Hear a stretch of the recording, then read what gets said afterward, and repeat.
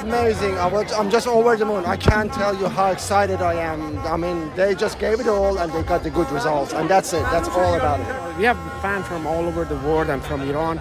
There are some social issue in Iran, political issue that has prevented lots of people really to come here and be united. But as a whole, it was a great game. I have been screaming the whole game and I'm so excited. I can't tell you. Hey! Going behind the scenes of the biggest prize in football, this is World Football in Qatar on the BBC World Service. Iran! Iran! History for Iran. Just 4 days after being thrashed 6-2, they deservedly beat Wales 2-0 in a game they dominated to record their first ever World Cup win against a European team and put themselves within a great chance of reaching the knockout stage for the first time. Hello, I'm Manny Jasmi. Welcome to our latest episode. It's 3 wins for Asian teams this week, but none for the hosts. Just 5 days after Qatar opened the tournament, they're out after losing meekly 3-1 to Senegal. Here's World Football's Sam Sheringham. Yes, Manny, it's been a desperately disappointing World Cup for the host nation, Qatar. And sitting with me outside the Al Tamama Stadium is the editor of Qatar Football Live, Ahmed Hashim. And Ahmed, how would you sum up today's performance in the context of a match that Qatar had to win? Disappointing in every sense. We came into this game with some hopes at least because we knew that this team could deliver, and what we saw in the first game was definitely not the level that they are accustomed to, that we are accustomed to watching. And we did see an improved performance from the team today, but sadly it wasn't enough. We tried our best, and I think Senegal were just too good for us. And even I would say that there were some mistakes that cost us very dearly.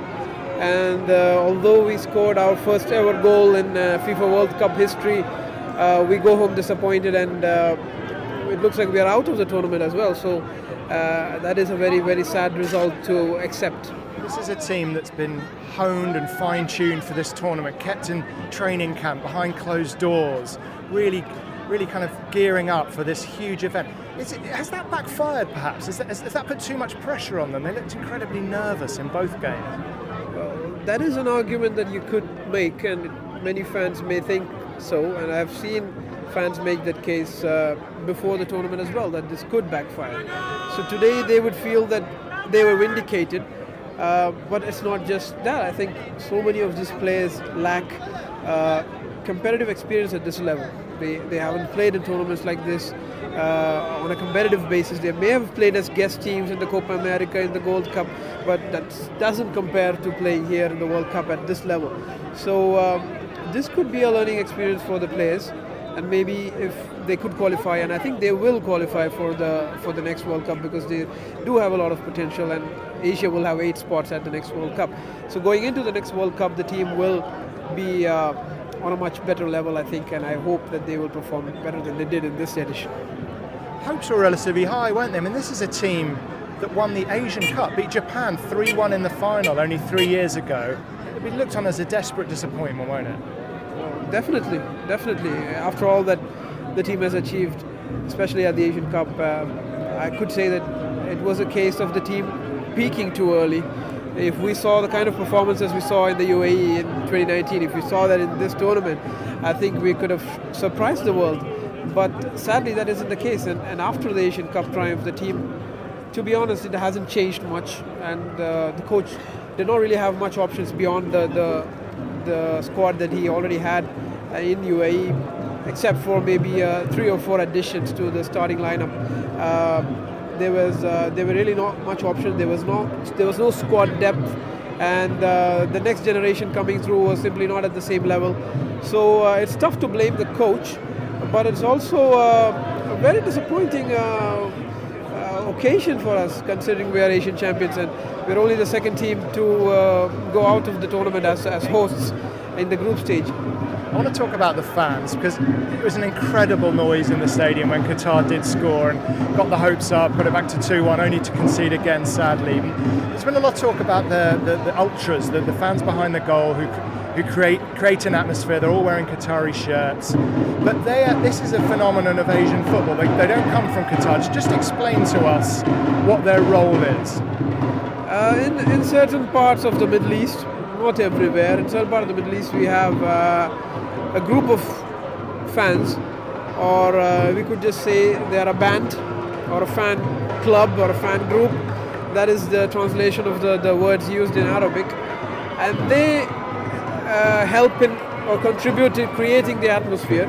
They lead the chants, they make the music, and the rest of the crowd picks up and follows. So this is generally the case in league matches, not just in Qatar but also in some other parts of the Middle East. And today we've seen a sizable group of fans brought in for this reason. And they're paid to do so? I think so. I'm not really sure, but I think so, because it looked like they were not residents of Qatar. So they did create some noise, but they were, I think, drowned out by the Senegalese fans, who were very loud for the entire duration of the game. We can still hear them now, Ahmed. Yeah, and there were also some empty seats, which again, in the host nation of a World Cup, you don't necessarily expect. Is that just a sign that football is still growing here as a sport? Yeah, you could say that. There is a long way to go. We are not even 100 years old in terms of the national team. We're just around 50 years old.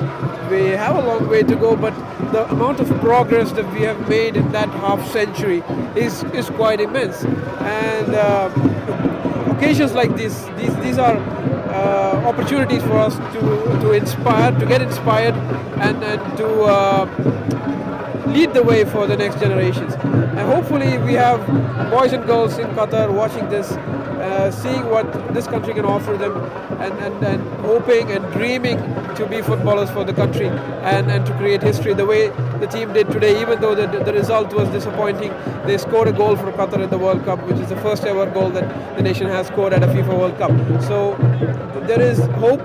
We can always hope for better things in the future. So the hosts are sliding away, but this lot doing anything but. This is the sound of Tunisian fans.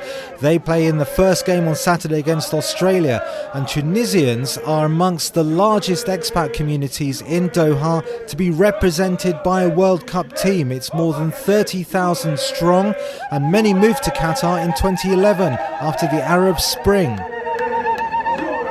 After revolution, many people, they left Tunisia, they come here. This is peaceful country, very, very, very welcome country, peaceful country, and we are good here. So for that we are happy for Qatar, and Qatar is best place. This is our second country. Already we like Qatar. It's a perfect country. You can live in here. We love football. We love our country. We are not rich country. We are a small country, but we want to. All the world know us. We have a common culture, common behavior. So, as you know, we are Abu Muslims here, and I think that I speak as Tunisian citizen. I think that I find here in Doha what I'm looking for.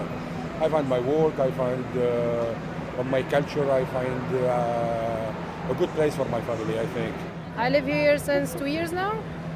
And I'm waiting for this around like 1 year now, and I'm happy. And I'm happy, very, very, very happy. Tunisians came from all over the world, okay? We were like 14,000 there in the stadium, and maybe more in the next match, I hope. You guys live here, or have you come from far away? Yes, we live in Australia. For us, we live here, but there is a lot of supporters that come from around the world. From Tunisia. And from Tunisia, from everywhere. Yeah. We love our country, we like to support our team, so it's like that.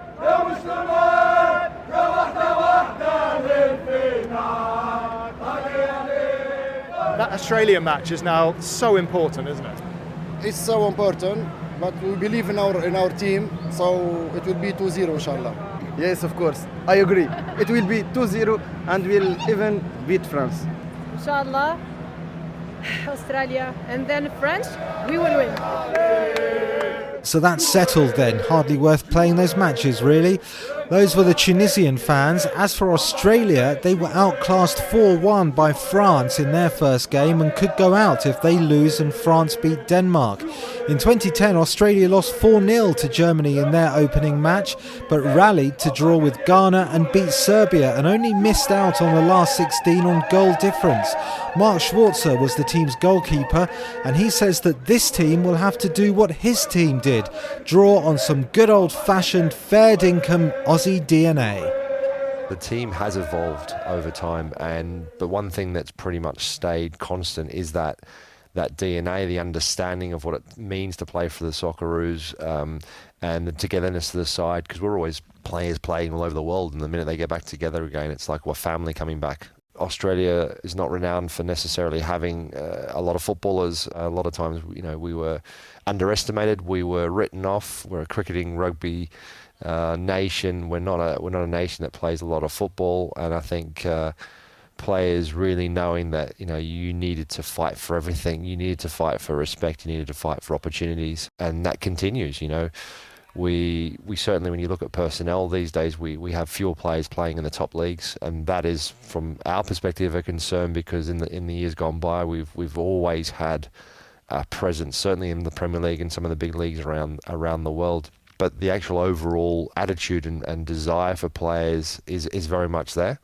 And we've got a fresh generation of players coming through. We have an unbelievable mix of different multicultural backgrounds, and we also now have 3 guys in the current squad who are refugees who came from Africa, Sudan to be precise. And the makeup of the Socceroos, the DNA is going to be there, but it's slightly always changing. But the one constant is what it means and what it takes to play for the Socceroos. I was going to ask you about the players who were born in Africa. 3 of them refugees. Another one was born in South Africa, but moved to Australia very, very young.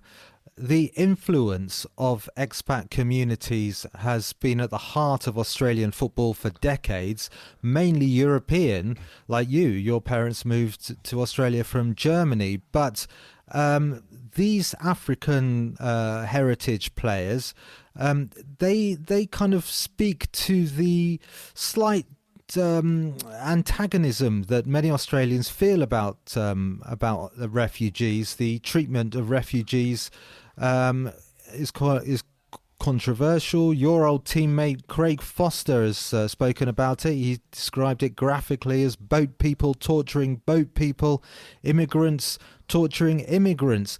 So how significant is it for these guys to be in the national team and put on the Australia shirt and represent all Australians? Well, firstly, the 3 of them are there on merit, on footballing terms, and they deserve to be there because they're great players, they're great individuals, fantastic people. And secondly, yes, very much making up what is a changing face of Australians' immigration. What I have to say is I am embarrassed about how we have treated boat people, how we have treated refugees in the past, and even in the present. And that's something that, being a country that's been created off the back of immigration, multicultural heritage, and myself, like you said, coming from a European background, I'd like to see things change. I'd like to hope and feel that people in Australia will understand what it means, what it takes, what it's like to be an immigrant. I'm absolutely delighted to see the 3 guys in the squad now, originally from Sudan. These guys are incredible human beings, incredible individuals. I've had the pleasure to get to know them. In particular, Awa Mabil, who I've over the last couple of months formed a pretty close relationship with. He's one of the nicest human beings you'll ever come across, and he's also a pretty good footballer and someone that I think can go on to greater heights beyond this World Cup.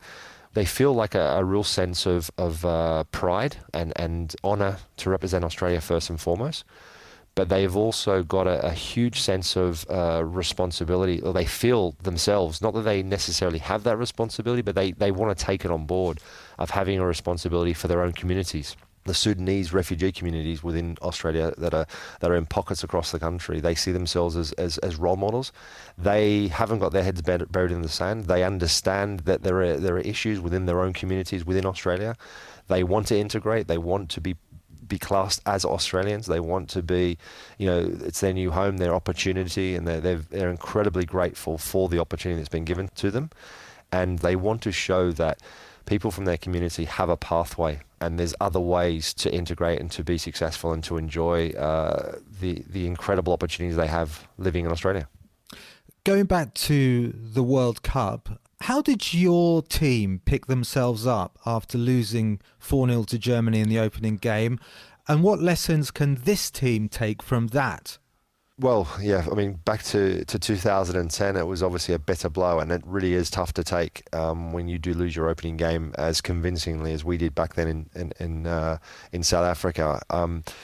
It's kind of putting things into perspective a little bit. I mean, we did play against Germany, who are one of the best teams in the world, but saying that, we let people down, we let ourselves down, and we felt that we needed to make amends. We needed to show what we were about and what a team we were, and that we were more than capable of performing at the highest level and making a statement at the World Cup. And we felt very, very unlucky not to then go on the next game and win our next game against Ghana. We felt, again, we had 2 players sent off, one in the first game, one in the second game, which also hindered our opportunities. But we never gave up, and we still believed going into that last group game against Serbia that we had a chance to qualify. Unfortunately, losing 4-0 in your opening game generally means it's a very, very difficult task to get into the knockout stages if you don't win your next 2 games. And that's not going to change now with the Socceroos. They're in a similar position, slightly better goal difference than we were back in 2010 by 1 goal. But we definitely believe there's still a chance. They have to be on the offensive, they have to be on the front foot, and they have to win, certainly I believe, the 2 games left. I suppose the difference might be that in your case, a lot of the players in 2010 were also there in 2006, so they had experience of the high level because they were also playing at big clubs in Europe. This squad, more than half of the players have fewer than 15 caps. How will that inexperience hinder them in terms of picking themselves up and going for it? Well, sometimes when you have little experience, it's what you don't know that you can build on. You don't let it affect you. You don't allow the pressure to get to you. You can go in there with a bit of naivety and sometimes a bit more freedom to go about your job. And I think they do have a pretty good mix of experienced players as well within that group. They have a core leadership group as well who work very well together. And I think the one thing that this team, if it lacks ability and it lacks that star quality in the side, it certainly has camaraderie and work ethic and team spirit. And I think they've shown that all the way through the qualification stage, but they've also shown it whilst they've been here in Qatar. Certainly that first 27 minutes against France was impressive, and that's what they've got to use to build on. They've got to draw on that experience, what it felt like, how they took the lead against France, and use that going forward in the remaining fixtures. Before the France game, Graham Arnold, the Aussie coach, called for the players to be like 11 boxing kangaroos. Are we going to see the boxing roos on Saturday? How do you see the Tunisia game going? Well, I'm not sure about the boxing kangaroos, but certainly that desire, that hunger to fight to the very, very end, definitely. Having been around the group quite a lot since being here in Doha, they are fully focused. They know their backs are against the wall. They'll be hurting, but they've got to really put that behind them really quickly and focus on the next game. And it's going to be a very tough game. Tunisia put on a very good performance against Denmark, and we're unfortunate not to win it. But then obviously there were some calls in the game, penalty decision that possibly could have also gone against them. So I mean, they'll be a side that are definitely high up in confidence, and one that Australia has to be very, very careful of, and also be very much at their best to win the game against them. Thanks for your time, Mark. Enjoy the rest of your World Cup. No problems, Benny. Former Australia goalkeeper Mark Schwarzer will leave you with the sound of jubilant Senegal fans after beating Qatar. They're back on track, and we'll be back in a couple of days. Look out for a special podcast with Didier Drogba. Until next time, goodbye.